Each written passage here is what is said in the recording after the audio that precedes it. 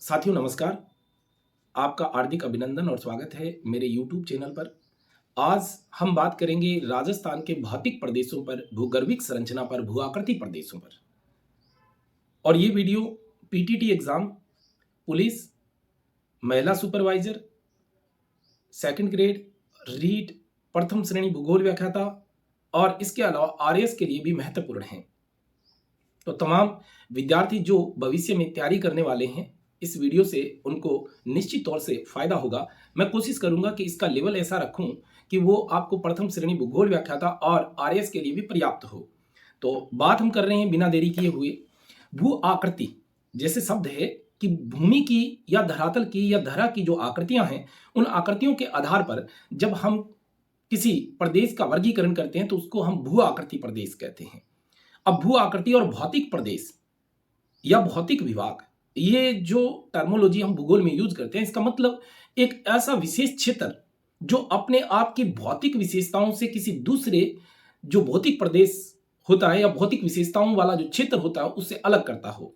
यानी कि उसकी भौतिक विशेषताएं किसी दूसरे प्रदेश की भौतिक विशेषताओं से पर्याप्त अंतर हो या पर्याप्त विविधता पाई जाती हो, उसको हम एक संपूर्ण भौगोलिक इकाई को भौतिक प्रदेश के रूप में परिभाषित करते हैं।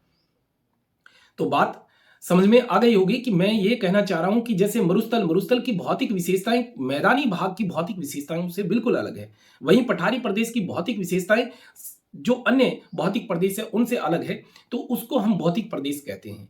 अब हम ये बात कर रहे हैं कि भूगर्भिक जो संरचना है, भूगर्भिक संरचना का मतलब राजस्थान की जो ये पृष्ठभूमि है, इसके निर्माण में भूगर्भिक हलचलों का जो योगदान रहा है या किस काल की देन रही है, उन पर भी हम चर्चा करेंगे। लेकिन एक प्रश्न बड़ा महत्वपूर्ण है यहाँ। ए एम हेरोन ने सबसे पहले, नोट करना इस बात को, ए एम हेरोन ने राजस्थान को सबसे पहले भू आकृतिक जो प्रदेश थे वो भूगर्भिक संरचना के आधार पर वर्गीकरण करने वाला विद्वान था। कौन? ए एम हेरोन द्वारा भूगर्भिक संरचना का अध्ययन करने वाला या वैज्ञानिक अध्ययन करने वाला पहला विद्वान था। तो आज हम बात कर रहे हैं भौतिक विभागों की, भौतिक प्रदेशों की।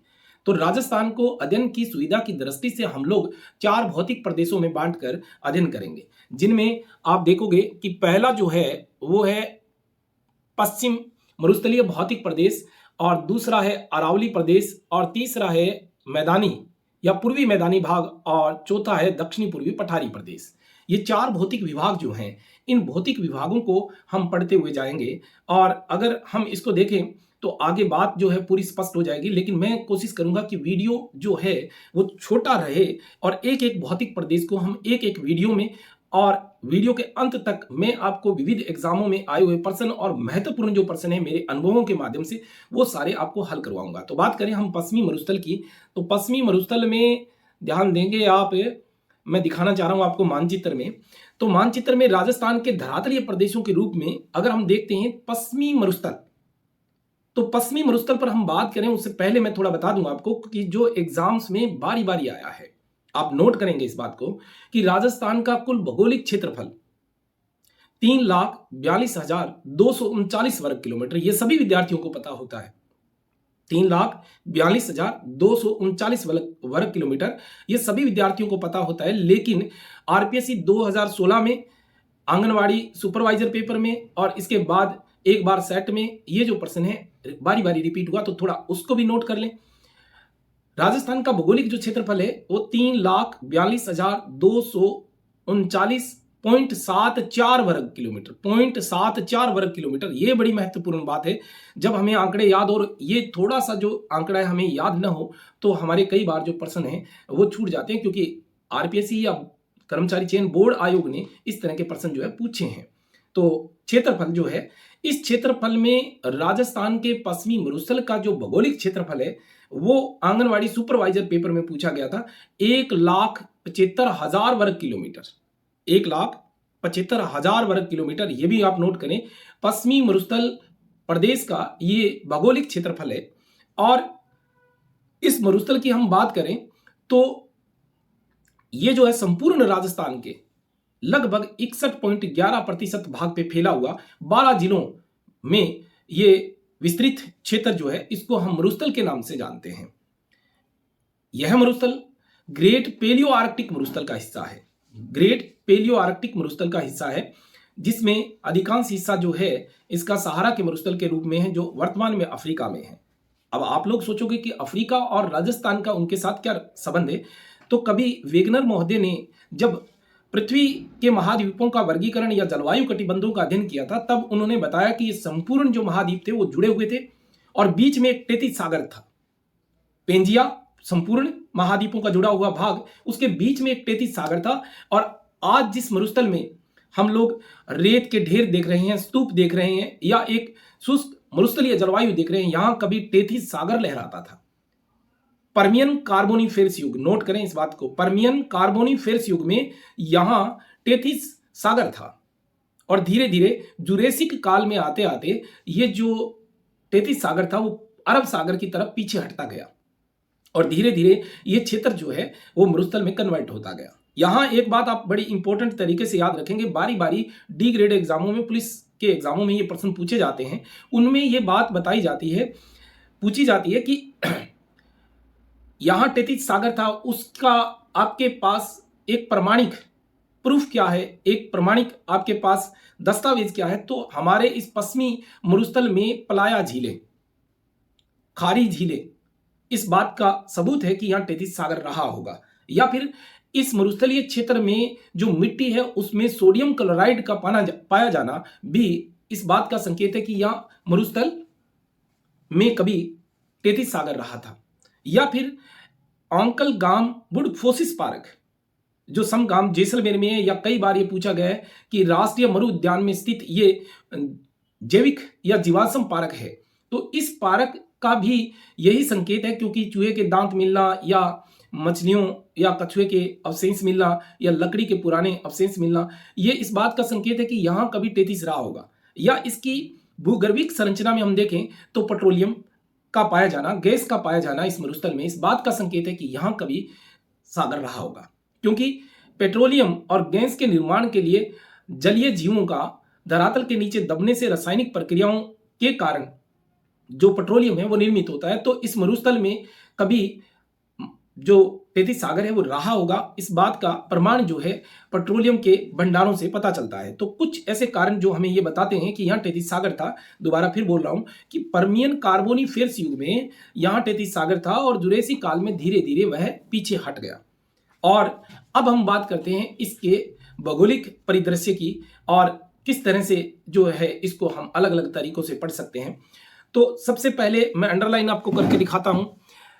जो उत्तरी मरुस्थलीय क्षेत्र है उसमें घग्गर का मैदान, घग्गर नदी का मैदान, घग्गर नदी को मृत नदी या फिर डेड रिवर या फिर दरस दमंती नदी के रूप में जाना जाता है।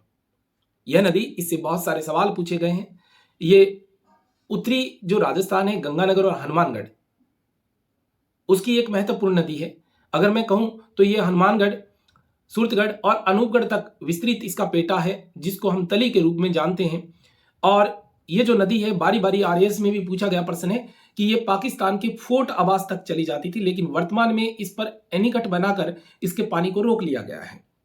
तो आजकल ये सूरतगढ़ या अनूपगढ़ के टिब्बों में विलीन हो जाती है। तो घग्गर का जो मैदान है वो काफी उपजाऊ मैदान है इस मरुस्थलीय भाग का। यहां दो बातें बड़ी इंपॉर्टेंट है कि राजस्थान में स्थित यह मरुस्थल दुनिया का सबसे घना आबाद मरुस्थल है। सर्वाधिक जनसंख्या इसी मरुस्थल में, सर्वाधिक उत्पादन इसी मरुस्थल में होता है, सर्वाधिक पशु भी इसी मरुस्थल में और सर्वाधिक घनत्व भी इसी मरुस्थल में पाया जाता है। बाकी दुनिया के जो मरुस्थल हैं वो या तो निर्जन है या फिर बहुत कम जो जनसंख्या है यायावर लोगों की या घुमक्कड़ लोगों की, या मैं यूं कहूं कि पशुचारकों के रूप में जो लोग हैं अस्थायी तौर से मरुस्थलों में रहते हैं। लेकिन घना आबाद बसा हुआ एक ये पश्चिमी का मरुस्थल है। ये बहुत इंपॉर्टेंट बात है। अब हर चीज जो मैं बोल रहा हूं वो एग्जाम की दृष्टि से बड़ी महत्वपूर्ण है, तो आप जो है उनको नोट करते हुए चलें। अब बात आती है घग्गर के मैदान में। अगर हम गंगानगर की बात करें तो ये धान का कटोरा या अन्न का कटोरा या अन्न की टोकरी के रूप में परिभाषित होता है, क्योंकि सर्वाधिक जो उत्पादन है वो गंगानगर डिस्ट्रिक्ट में खाद्यान्न का और अन्य फसलों का उत्पादन होता है, इसीलिए गंगानगर को यह संज्ञा दी गई है। गंगानगर ही वह जिला है जहां पर सर्वाधिक जून और मई के महीनों में सर्वाधिक आंधियां चलती हैं। तो आप इस बात को भी ध्यान में रखेंगे कि सर्वाधिक आंधियां जो है गंगानगर में चलती है। और आरपीएससी 3rd ग्रेड में भी पूछा गया कि गंगानगरी वह जिला है जिसमें जो सबसे तिरछी किरणें पड़ती है सूर्य की, राजस्थान के गंगानगर डिस्ट्रिक्ट में तिरछी किरणें गंगानगर में पड़ती है। अब बात हम इसकी जो भौतिक संरचना उसके ऊपर बात करेंगे। ध्यान दें आप, गग्गर का मैदान, उपजाऊ मैदान, उसके बाद हम बात करते हैं कि ये 2 भागों में विभाजित करके हम अध्ययन करेंगे। एक तो पश्चिमी का शुष्क मरुस्थल और दूसरा हम करेंगे अर्ध शुष्क मरुस्थल। अर्ध शुष्क मरुस्थल को आप देख रहे होंगे कि ये एक अलग तरीके से जो है वो बांट के लिखा हुआ है अर्ध मरुस्थल, जैसे मैं अंडरलाइन कर रहा हूं। अर्ध मरुस्थलीय भाग जो इस मानचित्र में अलग तरीके से प्रदर्शित किया गया है। अब यहां यह समझना जरूरी है कि मरुस्थल का मतलब ये होता है कि ऐसा भौगोलिक क्षेत्र जहां पर औसत वार्षिक वर्षा 25 सेंटीमीटर से कम हो, या 250 mm से कम हो, या 10 इंच से कम हो। ये तीनों एक ही इकाइयां हैं। ऐसा क्षेत्र जहां 25 सेंटीमीटर या 25 mm या 10 इंच से कम वर्षा वाला जो क्षेत्र है उसको हम मरुस्थल कहेंगे। तो मरुस्थल में हम अगर देखें, आपको जिले याद है तो बाड़मेर है, जोधपुर है, बीकानेर है, जैसलमेर है, इसके अलावा नागौर का कुछ भाग है, शेखावटी के 2 जिले हैं, गंगानगर, हनुमानगढ़ है। इनका अधिकांश जो भाग है उन भागों को हम शामिल कर लेते हैं।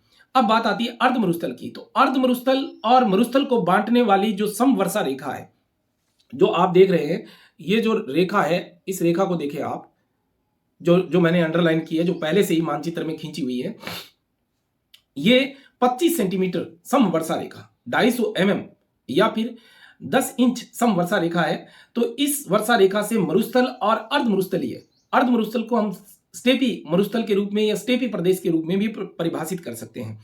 तो ये दोनों मरुस्थलीय भागों को अलग करने वाली रेखा है। वहीं मरुस्थल जो है उप आर्द्र प्रदेशों से अलग होता है 50 सेंटीमीटर या फिर 500 mm या फिर इसको हम 20 इंच कह सकते हैं। 20 इंच से उप आर्द्र यानी कि पूर्वी मैदानी भागों से अर्ध मरुस्थल को अलग करने वाली समवर्षा रेखा है।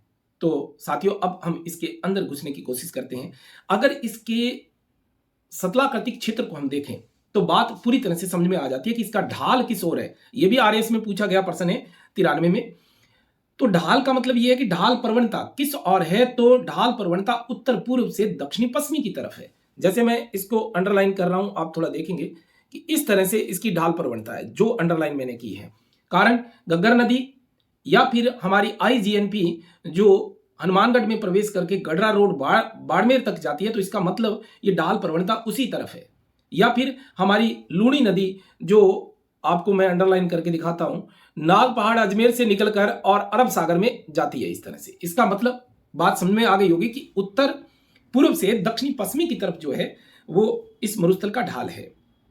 अब हम बात करेंगे कुछ और भी जो इंपॉर्टेंट है।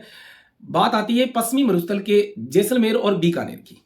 बात आती है पश्चिमी मरुस्थल के जैसलमेर और बीकानेर की। जैसलमेर और बीकानेर की अगर हम बात करें तो यहां प्राचीन काल में सरस्वती नदी बहती थी। यानी कि मैं इसको अंडरलाइन कर रहा हूं, यहां से प्राचीन काल में सरस्वती नदी बहती थी। आज भी यहां एक भूगर्भिक मीठे जल की पट्टी है। भूगर्भिक मीठे जल की पट्टी है जहां सेवण, दामन, अंजन, करड़ जैसी घासें पाई जाती है जो ज्यादातर पशुओं के लिए पौष्टिक होती है। सेवण, अंजन, करड़, धामण ये घासों के प्रकार है जो डी ग्रेड एग्जामों में बहुत बार पूछे गए हैं। और ये सामान्यतः बीकानेर और जैसलमेर के इस सरस्वती नदी के पेटे के ऊपर पाई जाने वाली घास है। अब इसको आरएस 2007 में बाद में कई बार ये रिपीट हुआ, इसको लाठी श्रेणी के नाम से या लाठी सीरीज के नाम से भी जाना जाता है। लाठी श्रेणी, लाठी सीरीज के रूप में जाना जाता है। और चंदन नलकूप जैसलमेर में, चंदन नलकूप जैसलमेर में थार का घड़ा कहलाता है। यह भी बहुत बार पूछा गया है, जो इस बात का संकेत है कि इस पश्चिमी मरुस्थल में मीठे जल का एकमात्र अच्छा स्रोत होने के कारण उसको थार का घड़ा कहते हैं। कहां है? जैसलमेर में है। आप इस बात को भी नोट कर लेंगे, चंदन नलकूप। तो इस बात का जो संकेत है वो हमें मिलता है कि संपूर्ण मरुस्थल में 33 सागर के कारण यहां का भूगर्भिक जल जो है वो खारा था। और यहां की धरातल पर पाई जाने वाली झीलें, अस्थायी झीलें या वर्षाकालीन झीलें जिनको टाट, रन, पलाया के रूप में परिभाषित किया जाता है, ये सारी जो झीलें हैं वो खारे जल की है। जिसमें पंचपदरा बाड़मेर में, लूणकंसर बीकानेर में, सांभर जयपुर में, या फिर गढ़सीसर है जैसलमेर में, कावोद जैसलमेर में, फलोदी में जोधपुर में, ये सारी जो झीलें हैं वो लगभग खारी है। जो वर्षा काल में जब इनमें पानी भरता है तो जो सोडियम क्लोराइड की मात्रा या फ्लोराइड की मात्रा जो है इस भूमि में पहले से ही टेथिस के अवशेष के रूप में है, वो घुलकर इन झीलों में आ जाती है और वहां से नमक उत्पादन किया जाता है या सोडियम क्लोराइड जो है वो पैदा किया जाता है। तो इसका मतलब ये है कि यहाँ टेथिस सागर था। अब अगली बात हम करते हैं कि इस प्रदेश का जो दक्षिणी पश्चिमी हिस्सा है, अगर इसमें आप देख पा रहे हो तो मैं आपको बता रहा हूं कि दक्षिणी पश्चिमी जो हिस्सा है उसको आप देखें, ये वाला क्षेत्र जिसमें कुछ अर्ध मरुस्थल कुछ मरुस्थलीय भाग शामिल होता है, तो ये लूणी बेसिन है। लूणी बेसिन को यहां की स्थानीय बोली गोडवाड़ी, कौन सी? गोडवाड़ी। गोडवाड़ी के कारण इसको गोडवाड़ क्षेत्र कहा जाता है या गोडवाड़ बेसिन कहा जाता है या लूणी बेसिन कहा जाता है। ये जो क्षेत्र है वो सामान्यतः जो है वो चुना प्रधान चट्टाने या जिप्सम युक्त चट्टाने से संबंधित है। तो यहाँ जो है लवणीय भूमियां पाई जाती है, जिसमें कुछ क्षेत्र हम पाली का, सिरोही का, जालोर का, बाड़मेर का जो क्षेत्र है वो शामिल करते हैं। यहाँ लवणीय भूमियां पाई जाती है क्योंकि लवण एकत्रित हो जाते हैं। और ऐसा ही लूणी के साथ भी होता है जिसको लवणवती के नाम से भी परिभाषित किया जाता है, जो अजमेर के नागपहाड़ से शुरू होकर और कच्छ के रण में विलीन होती है। इस नदी को अगर हम देखें तो ये जब नागपहाड़ से पैदा होती है तो इसको सागरमती कहते हैं। क्या कहते हैं? इसको सागरमती कहते हैं। लेकिन ये बालोतरा बाड़मेर के पास जाकर लवणवती यानी कि खारी हो जाती है। ये भी आरपीएससी ने कई बार प्रश्न पूछा है, लवणवती नदी के रूप में परिभाषित होती है। तो लवणवती होने का कारण है कि आसपास की जो इसकी सहायक नदियां हैं वो धरातलीय लवण को जो है वो साथ लेके आती है और यहां जाते जाते ये जो नदी है उसका जल जो है लवणीय यानी कि खारा हो जाता है, इसीलिए इसका नाम लूणी लवणवती पड़ा। अब बात हम करेंगे यहां की मुख्य संरचना के बारे में। अगर हम चट्टानी मरुस्थल की बात करें, चट्टानी मरुस्थल, इसको हामदा कहते हैं या हमादा भी कई बुकों में लिखा हुआ है। हमादा चट्टानी मरुस्थल को कहा जाता है। मैं इसको अंडरलाइन कर रहा हूं, आप इसको थोड़ा ध्यान से देखोगे तो ये जो इलाका है इस इलाके को हम चट्टानी मरुस्थल के रूप में परिभाषित करते हैं। यहां सामान्यतः चट्टानें बिखरी हुई हैं जो पर्मियन कार्बोनिफेरस युग से लेकर जुरेसी के काल की चट्टानों के अवशेषों के रूप में है। इसको हमादा के रूप में परिभाषित करते हैं। लेकिन ये पश्चिमी का जो भाग है ये आपको दिखाई दे रहा है, ये पश्चिमी का जो भाग है ये मरुस्थलीय प्रदेश के रूप में या रेत के स्थानांतरित टीले पाए जाते हैं जिनको धरियन कहा जाता है। नोट करिएगा इस बात को, स्थानांतरित रेत के टीले जिनको धरियन कहा जाता है, और इसी को ही रेगिस्तान मार्च के रूप में संज्ञा दी जाती है। कूच करना, रेगिस्तान एक स्थान से दूसरे स्थान पर जो है वो गतिशील रहता है, उसको हम रेगिस्तान मार्च या धरियन के रूप में परिभाषित करते हैं। अब जो इसका ये वाला भाग है ये सामान्यतः अर्ध मरुस्थलीय मिट्टियां पाई जाती है और यहां पर भी रेत के सामान्यतः ढेर पाए जाते हैं जिनको स्तूप कहा जाता है, जिनको स्तूप कहा जाता है। एक बात बड़ी इंपॉर्टेंट है जो आप नोट करेंगे, आरपीएससी ने भी और माध्यमिक शिक्षा बोर्ड के जो एग्जाम इन्होंने करवाए हैं चाहे रीट के, उनमें भी पूछा गया कि स्तूप मुक्त क्षेत्र जहां पर टिबे नहीं है वो क्षेत्र है जैसलमेर में। कहां पे है? जैसलमेर में स्तूप मुक्त क्षेत्र है जहां पर टिबे या रेत के ढेर नहीं पाए जाते हैं या स्तूप नहीं पाए जाते हैं। लेकिन अब बड़ी इंपॉर्टेंट बात आती ये है कि इस क्षेत्र में समगाम जैसलमेर जो कि एक तरह से पिकनिक स्पॉट है और पिकनिक प्लेस होने के कारण इसकी अगर मैं विशेषता बताऊं तो ये वनस्पति रहित एकमात्र इस मरुस्थल का क्षेत्र है समगाम जैसलमेर, जहां कोई भी वनस्पति नहीं है और दूर तक जहां नजर जाती है वहां पर स्तूप ही स्तूप पाए जाते हैं। अब हम एक बार जो है दोबारा से इस चीज को करते हैं कि आखिर मैं बारी बारी ये कह रहा हूं कि यहां से प्रश्न कैसे बनते हैं। तो स्तूपों के बड़े प्रश्न बनते हैं। इसके स्तूपों के बड़े प्रश्न बनते हैं। स्तूपों के प्रश्नों की अगर हम बात करें तो स्तूप मुख्यतः जो होते हैं वो रेत के ढेर होते हैं। इनकी आकृति पवनों की दिशा के हिसाब से इनको अलग अलग रूपों में परिभाषित किया जा सकता है। तो सबसे पहले हम बात करते हैं स्तूप की, जो आरपीएससी एग्जाम संस्कृत डिपार्टमेंट 2008 उसके बाद भी कई बार पूछा गया। बरखान, पहला स्तूप जो है वो होता है बरखान। बरखान या आरपीएससी 8 में इसे बरछान के रूप में पूछा गया, बर आधा 6 बरछान के रूप में। तो स्थानीय रूप से बरछान या बरखान, ये अर्धचंद्राकार स्तूप होते हैं। मैं यहाँ साइड में बनाकर आपको दिखाता हूं, इस तरह के स्तूप होते हैं। ये आगे का हिस्सा जो है इसका खड़ा होता है और हमेशा ही हवाएं जो होती हैं विमुख ढाल से आती हैं। ये जो तीर का निशान है ये आपको बता रहे हैं कि हवाएं इसके पिछले हिस्से से आती है और यहाँ से गिरवा हवाओं से ये जो मिट्टी है उड़ती रहती है और अर्धचंद्राकार होता है। इसके दोनों ओर तीखे सींग पाए जाते हैं, यहाँ पर सींग होते हैं इनके, तो सरंग या सींग इनके पाए जाते हैं और अर्धचंद्राकार स्थिति के ये लगभग 10 से 20 मीटर लंबे चौड़े जो है स्तूप होते हैं। इनको हम बरखान या बरछान कहते हैं। ये सामान्यतः संपूर्ण मरुस्थल में आपको मिल जाएंगे, लेकिन फिर भी सर्वाधिक जो है वो जैसलमेर, बाड़मेर और बीकानेर के इलाकों में आपको ये मिलेंगे, या दक्षिणी गंगानगर के इलाकों में भी बरखान जो है आपको दिखाई देंगे इस मरुस्थल में। फिर बात आती है अनुप्रस्थ स्तूप की। किसकी? अनुप्रस्थ स्तूप की। अनुप्रस्थ जैसे कि नाम से पता चलता है कि हवाओं के बिल्कुल सामने बने हुए स्तूपों को हम अनुप्रस्थ स्तूप कहते हैं। जैसे हवाएं इस दिशा में चल रही हैं तो ये जो भाग हैं वो इसमें खड़े हुए इस तरह के जो हैं वो बन जाते हैं रेत के ढेर, इनको हम कहते हैं अनुप्रस्थ स्तूप। हवा के सम्मुख ढाल पर, विमुख नहीं सम्मुख ढाल पर ये 90 डिग्री के कोण पर खड़े हुए जो स्तूप होते हैं इनको हम कहते हैं अनुप्रस्थ स्तूप। तो साथियों इस बात का बड़ा ध्यान रखना है आपको कि अनुप्रस्थ स्तूप जो होते हैं वो सर्वाधिक शेखावटी बेल्ट में पाए जाते हैं। अब शेखावटी में सीकर झुंझुनू में ये जो है आपको ज्यादा दिखाई देंगे, या जो पश्चिमी राजस्थान में कहीं कहीं आपको जैसलमेर में ये दिखाई देंगे। अनुप्रस्थ स्तूप बहुत बार पूछा जाता है, हवा के सम्मुख ढाल पर बनते हैं।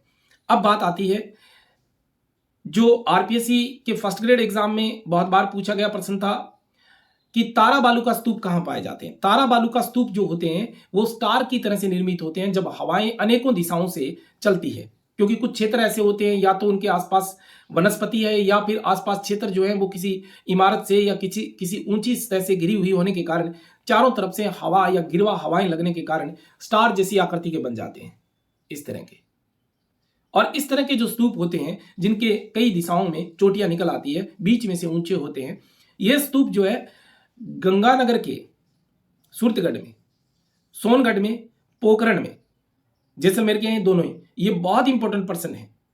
सूरतगढ़, सोनगढ़, पोखरण और कुछ हद तक मोहनगढ़ के इलाकों में भी इस तरह के जो स्टार बालू का स्तूप है वो मिलते हैं। अब बात आती है पैराबोलिक या फिर पौना अनुवर्ती। दोनों स्तूपों को आराम से समझना। पैराबोलिक यानी कि ऐसे स्तूप जो बनने में सामान्यतः झाड़ियों का योगदान रहा है, यानी कि एक साइड में पेड़ पौधे खड़े हों और हवा के कारण क्या हुआ कि ये पेड़ पौधे जो हैं वो गिरवा या हवाओं को रोकते हैं, तो उनके साथ लाई हुई मिट्टी जो है एक लंबे ढेर के रूप में जो निक्षेपित है वो हो जाती है। जब निक्षेपित हो जाती है तो ये बने हुए जो स्तूप है उन स्तूपों को हम कहते हैं पैराबोलिक स्तूप। अब पैराबोलिक या पौना अनुवर्ती दोनों में कोई पर्याप्त अंतर नहीं है, लेकिन इनकी रीढ़ में वनस्पति का योगदान होता है।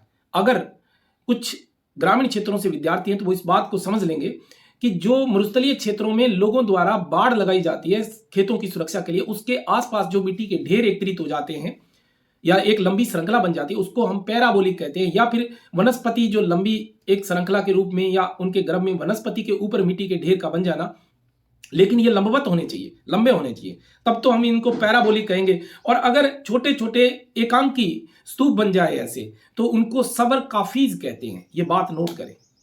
छोटे रेत के ढेर जो सामान्यतः ओक, बुई या झाबुई या छोटी झाड़ी के ऊपर एक छोटा रेत का ढेर निर्मित हो गया एकांकी तौर पे शंकु की तरह, उसको हम कहेंगे सबर काफीज।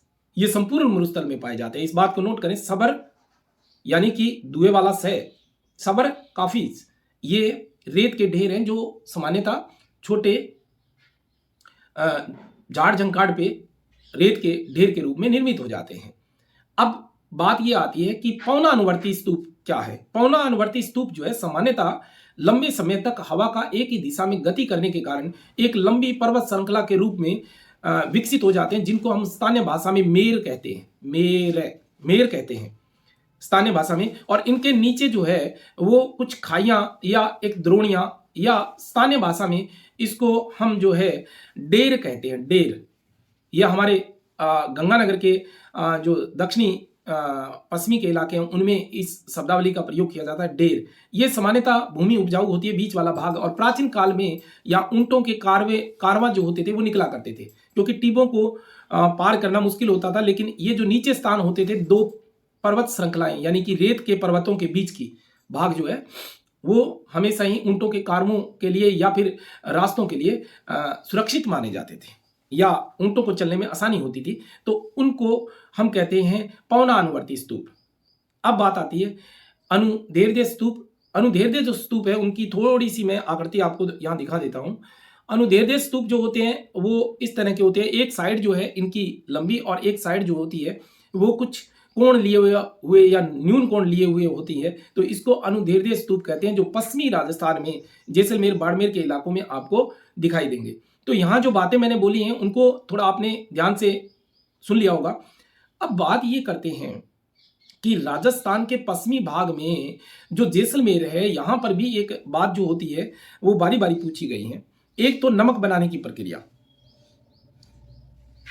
जिसको कहते हैं स्पष्टिक बनाना, यानी कि स्पष्टिक बनाने का मतलब है कि जो नमक का जल है उसको पहले सिंचाई के रूप में कर देते हैं, या सिंचाई के रूप में क्यारियों में भर देते हैं, और फिर बाद में जो जल होता है वो सोख लिया जाता है, कुछ वाष्पोत्सर्जित हो जाता है, और जो रेत के ऊपर जो नमक निर्मित होता है उसको मोरली नामक एक झाड़ी होती है उससे उसको एकत्रित कर लिया जाता है।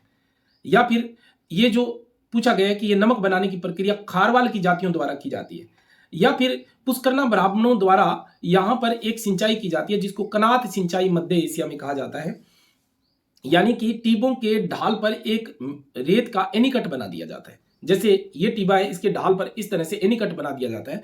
वर्षा ऋतु में यहां पर जल एकत्रित हो जाता है, और जल एकत्रित होने के बाद इस जल को शीत ऋतु में अन्यत्र कहीं सिंचाई के रूप में, और इस तलहटी को या जहां पर ये एनीकट बनाया गया था इसके नीचे वाले भाग को भी बो लिया जाता है, या फसलें बो दी जाती हैं। तो ये एक सिंचाई की पद्धति है जो पुष्करना ब्राह्मणों द्वारा जैसलमेर में की जाती है। अब बात आती है कि इस मरुस्थलीय भाग से संबंधित जो प्रश्न है, 56 की पहाड़ियां कुछ जो है, या नकोड़ा पर्वत बाड़मेर में, 56 की पहाड़ियां नकोड़ा पर्वत बाड़मेर में, या फिर हम चिड़िया टूक की पहाड़ी या चित्रकूट की पहाड़ी जैसलमेर, चिड़िया टूक जोधपुर, और बीकानेर और जैसलमेर के और बाड़मेर के इलाकों में पीला पत्थर भी निकलता है जिसको सुनहरा पत्थर भी कहा जाता है। ये ग्रेनाइट पत्थर है जो कार्बोनिफेरस युग से लेकर जुरेसिक काल तक इसका जो निर्माण है वो हुआ था।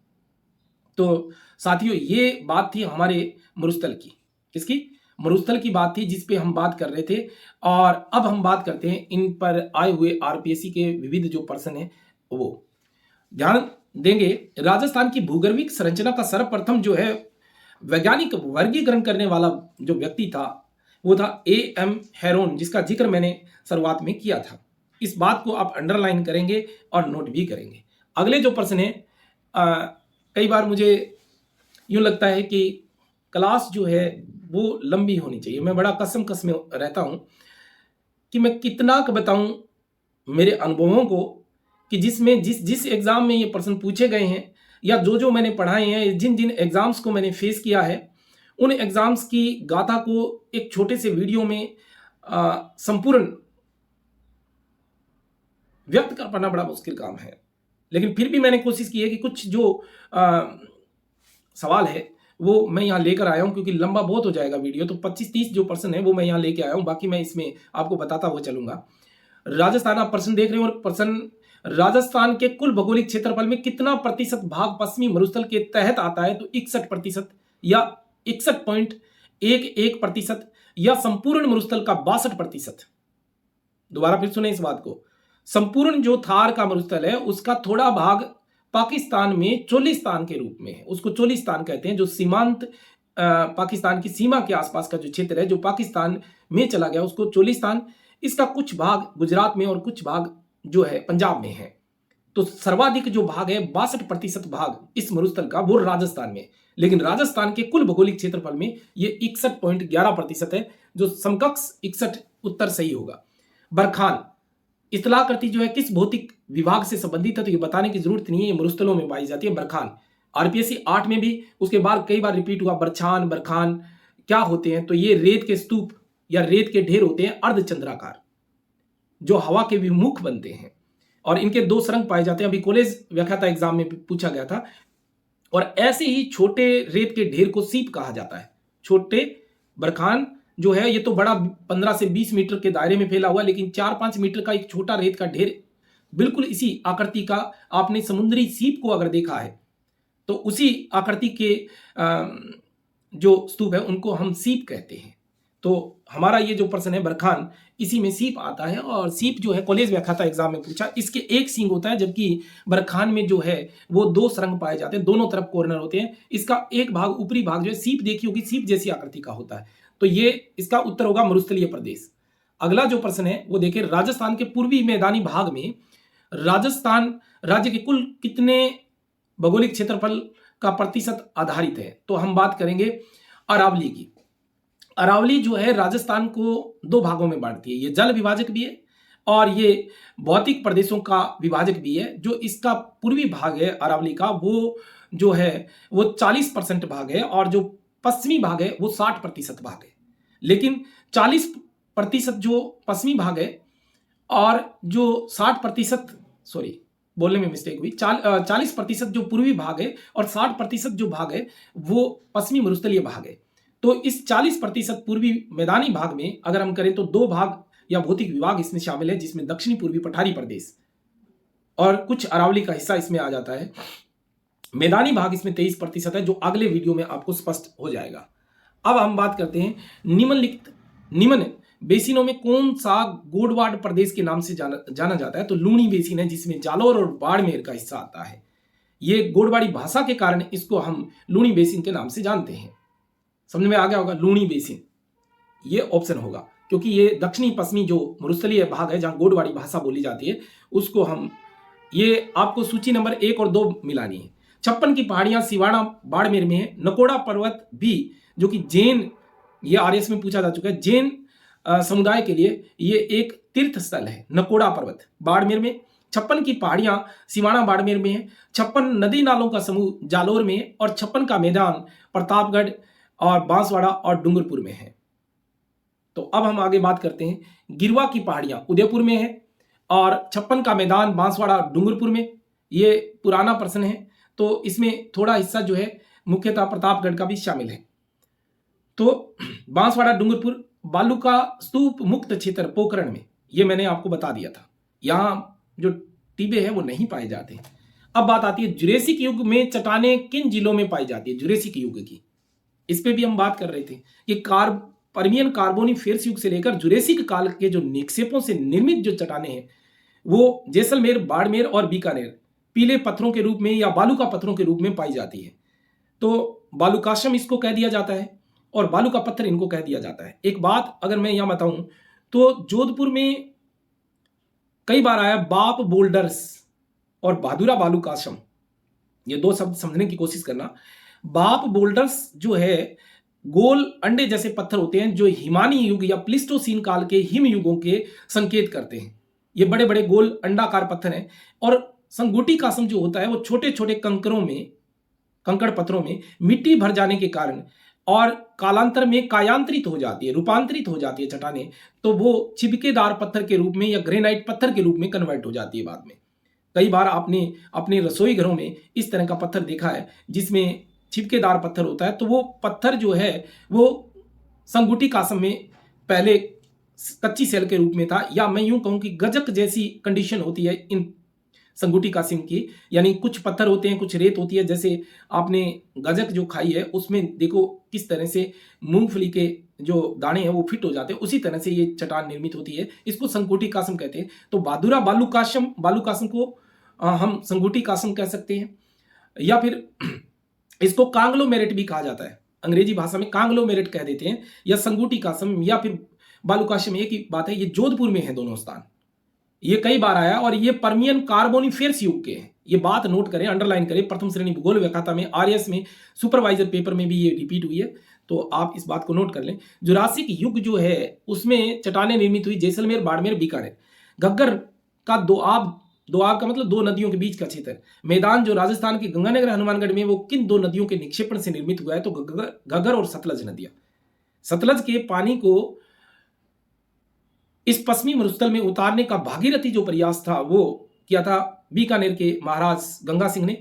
सन 1922 से लेकर 27 तक 5 सालों के दौरान उन्होंने गंग नहर के रूप में इस सतलज के पानी को यहाँ उतारा था। तो ये सतलज और घग्गर नदियों का एक दोआब क्षेत्र है जो सर्वाधिक सिंचित क्षेत्र की विशेषता से इसको हम परिभाषित करते हैं। अगला जो प्रश्न है वो देखें, निम्नलिखित में से 8वां प्रश्न कि एक मरुस्थलीकरण का कारण नहीं है। एओ एग्जाम एग्रीकल्चर ऑफिसर का जो एग्जाम 18 में हुआ उसमें पूछा, कठोर मौसमी परिस्थितियां, ये तो है ही है।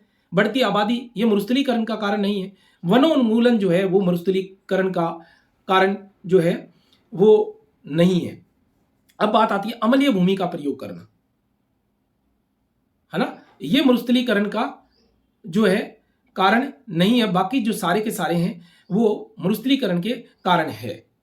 अम्लीय भूमि का प्रयोग करना ये एक ऐसा कारण है जो भूमि सुधार कार्यक्रम के तहत आता है। बाकी कठोर मौसमी परिस्थितियां, आंधियां चलती हैं तो अपर्दन होता है। बढ़ती हुई आबादी से वनों को ह्रास हुआ है, या फिर उनके पशुचारण से या नियंत्रित पशुचारण के कारण भी ऊपरी भूमि जो होती है वो नरम हो जाती है। छोटी जो पेड़ पौधे उनको पशु खा जाते हैं, उसकी वजह से जो है मरुस्थलीकरण का कारण हुआ है। लेकिन अम्लीय भूमि के प्रयोग करना ये मरुस्थलीकरण का कारण नहीं है। अगला फिर है, राजस्थान में मरुस्थलीकरण की सबसे प्रभावी प्रक्रिया कौन सी है?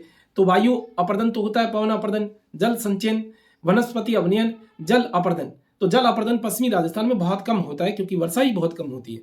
इसमें महत्वपूर्ण टॉपिक है कि यहाँ वना आवरण कम पाए जाने के कारण, ध्यान देना इस बात पे, पवन अपर्दन भी मरुस्थलीकरण का कारण है, लेकिन बजाय वनस्पति के। अगर यहाँ पर्याप्त वनस्पति होती तो पवन अपर्दन की जो समस्या है वो कम हो सकती थी। तो वन अवनयन या वनों का ह्रास हो जाना या वन जो रोपण है वो पूरी तरह से प्रभावी न होना, ये मुख्य कारण है। अब थार मरुस्थल की विशेषता से संबंधित नहीं है। नहीं का मतलब यहाँ शुष्क और अर्ध शुष्क, यहाँ थोड़ा लिखने में मिस्टेक हुई है। अर्ध शुष्क प्रकार की जलवायु, ये बात बिल्कुल ठीक है। यहाँ रेतीला मिट्टी पाई जाती है, ये भी बात ठीक है। यहाँ सदाबहार वनस्पति पाई जाती है, ये बिल्कुल गलत है। यहाँ दो तरह की वनस्पति है जो याद करना, क्योंकि पुलिस के एग्जामों में बहुत बार आया। खेजड़ी जो राजस्थान का कल्पतरु जांटी के रूप में या फिर कांटी के रूप में, या फिर हम इसको कल्पतरु या राजस्थान का राजकीय वृक्ष के रूप में परिभाषित करते हैं। ये शेखावटी बेल्ट में सर्वाधिक पाया जाता है। नोट करना, शेखावटी बेल्ट में, यानी कि शेखावटी क्षेत्र में ये सर्वाधिक जो है वो हमारा राजस्थान का कल्पतरु जो है वो पाया जाता है। लेकिन दक्षिणी पश्चिमी जो राजस्थान है उसमें रोहिड़ा जो है वो पर्याप्त तौर पर मिलता है। रोहिड़ा जो है वो राजस्थान का मारवाड़ी टीक या राजस्थान का सागवान कहलाता है। इसकी लकड़ी फर्नीचर के लिए बहुत इंपॉर्टेंट है। तो ये दक्षिणी पश्चिमी, जिसमें हम जालोर, बाड़मेर और जो सिरोही के दक्षिणी पश्चिमी हिस्से, इनमें इनको देख सकते हैं। तो ज्यादातर बाड़मेर और जालोर में ये मारवाड़ टीक यानी कि रोहिड़े के फूल को हम राज के फूल की संज्ञा देते हैं। अब बात आती है, राजस्थान का कौन सा भौगोलिक अंचल सबसे पुराना है? यह अरावली पर्वत है जो प्री कैम्ब्रियन युग में पैदा हुई, या दुनिया की सबसे प्राचीन वलित पर्वत श्रृंखला है जो वर्तमान में अवशिष्ट पर्वत के रूप में है, या फिर वर्तमान में ये बहुत ज्यादा अपरदित हो चुकी है। यदा कदा जो है पहाड़ियों के ढेर हैं और कुछ रेत के ढेर हैं।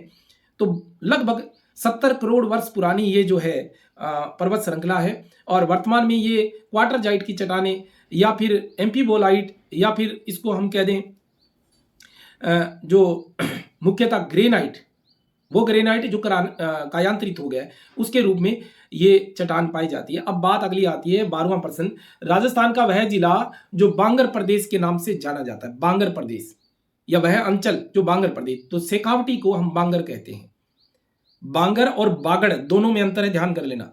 बांगर ये वो क्षेत्र है जो पुरातन जलोढ़ के रूप में प्रभाषित होता है, बांगर। और बागड़ जो है बागड़ी बोली, भीली बोली के कारण दक्षिणी राजस्थान को कहा जाता है। डूंगरपुर बांसवाड़ा के क्षेत्र को हम बागड़ कहते हैं। जो भीली बोली की बागड़ी जो बोली है उसके कारण बागड़ कहा जाता है इसको।